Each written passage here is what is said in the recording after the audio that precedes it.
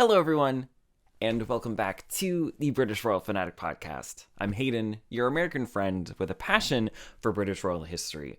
If you enjoy royal media, in addition to current events and history within the British royal family, then you have found your home, and be sure to hit that subscribe and bell icon down below so you can stay up to date on all things happening here on the channel. The Crown Season 5.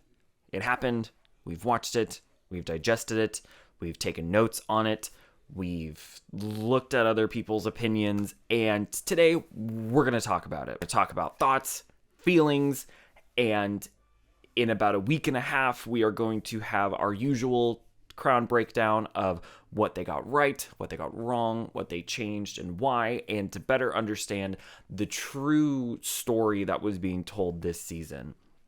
The season was incredibly heavy-handed at times and also weirdly bland. So it's going to take some time and research to be able to get everything together. But if finding out what the Crown got right, what the Crown got wrong interests you, be sure to stick around. Before we get into today's review of The Crown Season 5, let me know down below in the comments, what did you think of this season?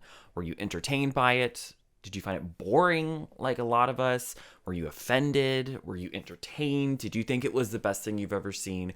Whatever your thoughts and feelings were on Season 5, let me know down below. I would love to hear what you have to say. So Season 5. Season 5 was incredibly anticipated. It was as if the royal family began walking on eggshells because it's the 90s. We've reached the 90s. This was not a good decade for the royal family at all. And there's a lot that could pick from. There's a lot that you could really choose to pick a myriad of storyline options. And I left this season kind of going, like I wasn't particularly that enthused with it. It didn't feel like it lived up to the bar that the Crown had already set. It felt like it hit slightly under. Performances were great for the most part, but it was the weird storytelling and approach to it is really where I have my main core of qualms with it. But this season, where does it cover? It covers 1991 all the way through till the summer of 1997, probably about a few weeks to maybe a few months before Diana's eventual accident and death.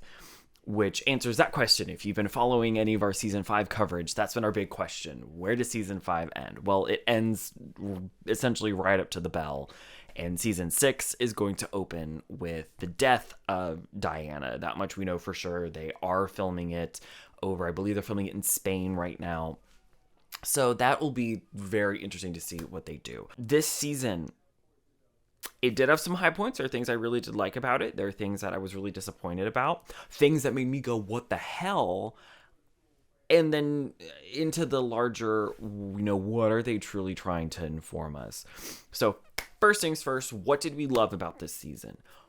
Claire Foy, Vanessa Kirby make cameos in it, and they truly, truly are fabulous.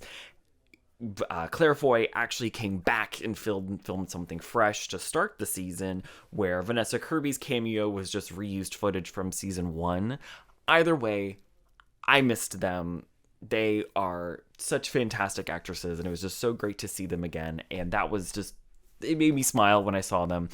And to continue on that, Princess Margaret's storyline with Peter Townsend, it was a wonderful callback, and it was a great way to sort of round out that storyline.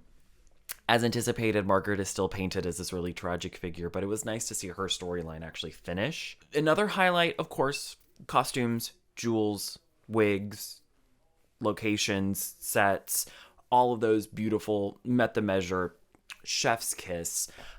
They did reuse a lot of actual news footage from this era, and I think they actually used some of the real wedding footage of Charles and Diana, which is really interesting. There was a lot of mix, sort of instead of replicated newsreels, they just used the newsreels, which is really interesting.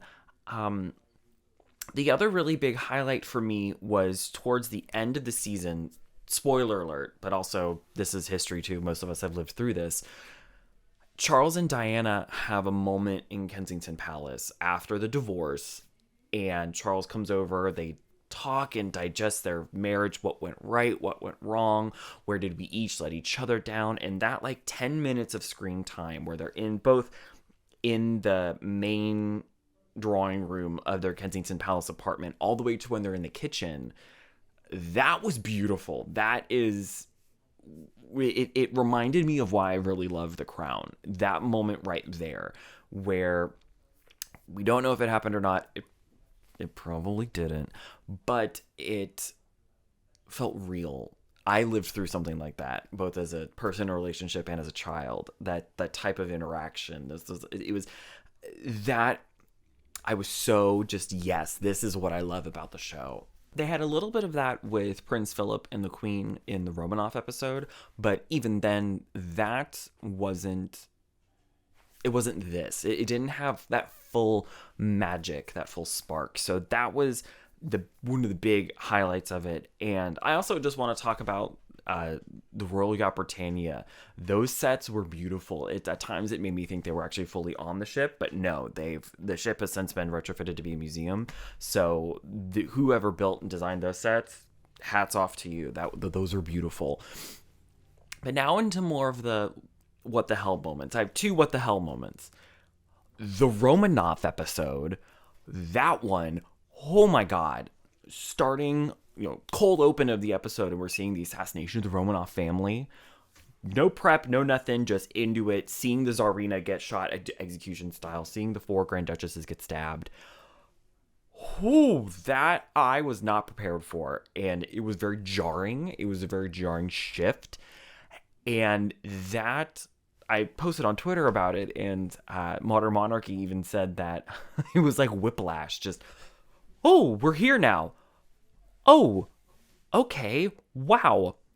I'd always wanted to know what happened that night, but dear Lord, now I don't want to know. So that one was more jarring in terms of, I was not anticipating this. The other what the hell moment was the first Al Fayed episode, and this is where the show really began to show their hand. Of course, as we all know, history, Dodi Al Fayed died the same night Diana had her accident. They were in the car together. They were dating at the time. And one of the things the show's doing is it's introducing the Al Fayed family and how they got close to the royals. So then it makes sense how Dodi and Diana started dating. I understand what they're doing here. I understand what they're doing from a storytelling standpoint. They're trying to show how we got here. But in turn, you introduce them so early in the season and then you don't do anything with it until the very end. It was just weird. When I first saw it, I was like, what is this? Yes, it's the episode where it talks about when the Duchess of Windsor died and sort of that chapter of history is officially done. But at times it was just really weird. It's like this first episode. It's a great episode. Well written, compelling. I was into it. It was interesting. But the flip side of it, from a storytelling standpoint, you're introducing this plot point and then you're not doing anything with it until significantly later in the season. And the big reason is you're prepping for the next season with this plot point. So I get what you're doing, but it made me just go, what the hell is this? This is weird storytelling. This is like incomplete storytelling. You're spacing the plot points out so far that it was just weird. So those 2 moments made me go, what the hell? But now we've gotten to the more meat and potatoes of my review of this season. So this season really wasn't the best of seasons. It was, to me, it wasn't very emotionally engaging at times. The show felt hollow. I wasn't fully emotionally invested in these characters. There were times with like Charles and Diana where things felt real and it was great and it was so compelling. But then like there's such over the top, very shoehorned imagery, allegory, messaging where comparing the Queen to the Royal Yacht Britannia being old, outdated, needing repairs. We need something new, something fresh. Okay, we get it. That got hammered so hard. And then with the 2 episodes of her interview, where the one comparing her to Guy Fawkes and being a traitor, and then the other one where they kept going, to Martin Bashir, are you sure we're not going to regret this? Are you sure, you know what you're doing? Are we going to live to regret this? That type of, hindsight 2020 where we now know how much he fabricated and lied.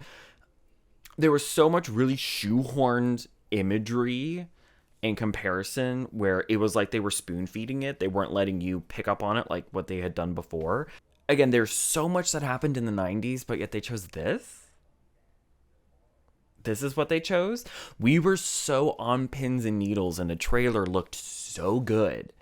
And then we get to it's like, this is really it. This like I wasn't as engaged as before. The performances were kind of left me going, I'm wanting more. There were moments of sunshine. There were moments of glitter and shine and beauty that reminded me why I love The Crown. These wonderful dramatizations, which we all know here how much The Crown is fake. We do. But there were so many other points this season frequently where I just wasn't engaged. I wasn't emotionally invested. The performances felt like they were just like missing something. When moments with the media or with like the Al Fayed family or in the divorce episode where we're seeing divorce court and, couples interacting, those were more engaging and interesting than the moments with the royal family. So I don't know what was going on with the writing this season. I don't quite know truly what was going on. But on the other hand, they're building for season 6. This is another thing that I felt in my bones watching this season. They're prepping for season 6. Season 6 is going to be a big one with the death of Diana and really how the monarchy changes officially. And the new generation getting older. We've already know that William's going to have a little bit bigger of a role next season. But it was weird. The shift really didn't feel like it was much on the Queen anymore. It was so much on the media. The media made me feel icky. These depictions of the media made me feel really icky. It really highlighted what we'd seen in documentaries of tapping into phones, leaking letters, leaking these things, the true manipulation and harassment of the media and the press in the 90s. That's the big takeaway you can get from this season. Yes, that's just the big takeaway. I wanted more from this season, and it didn't feel like it brought it, which is sad because The Crown usually does. So I remember feeling a little bit like this about season 3, but now it's like this really just felt like it. They wanted to pull punches, but they pulled punches with the media, not with the royal family. So it was, I don't really know, but final closing statement, season 5 of The Crown left me wanting more. I wasn't engaged. I wasn't feeling it. It was, good performances, but I just wasn't feeling it. It makes me feel like they're really prepping for a really big series end with season 6, which is great, but don't forget your other seasons. Don't forget your other work. But let me know down below, what did you think of this season? Did you like it? Were you bored and kind of meh, like the rest of us, including myself? Or did you really find it compelling and really engaged? Let me know down below. I would love to hear what you have to say. And stick around. Hit that subscribe button to prepare for our big episode. What season 5 got right, what season 5 got wrong, what they changed, and why. Because they changed a lot. They changed a lot. This is, I get for storytelling purposes, but they changed a lot. So get ready for that episode. I look forward to seeing you in the future, and I will see you in the next one.